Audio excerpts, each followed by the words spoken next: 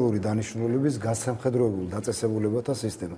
და ეს სიტყვა გასამხედროებული ამ კანონპროექტში მეგობრების დამეთანხმებიან მარტო ამ ფრაზაში არ არის ნახმარი, ასე ვთქვათ. და თქვენ წარმოიდგინეთ ამ კანონპროექტში ამ გასამხედროებულ სისტემაზე როცა ლაპარაკი, ქვეყნის მთავარსარდლის პრეზიდენტის როლზე ერთი სიტყვა არ არის ნათქვამი.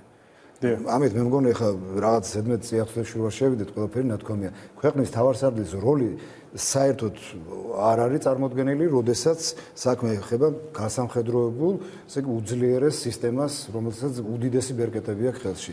რაც შეეხება რეფორმირებას ერთი სიტყვით, ჭირდება ულაპარაკოთ თელ სისტემაში ხდება რეფორმირება, იმიტომ რომ დღეს შინაგან საქმეთა სამინისტრო არაკომპეტენტურობიდან ხელმძღვანელობის ხაზს უსვამს, გამომდინარე ვერ ახდენს დანაშაულების პრევენციას და ეს ჩვენი სურვილი არ არის, ეს არის მათი ვალდებულება, მათი დისკრეცია, ის ვერ ახდენს დანაშაულის პრევენციას, ვერ ახვეც დანაშაულს და დროულად ვერ ხსნის კიდევ უმძიმეს დანაშაულებს.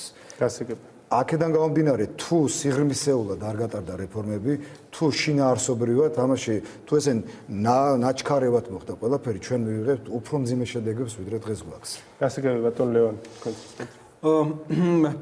ალბათ გავმეორდებიან ორიგინალური გარვიქნები, თუ კი აღნიშნავ რომ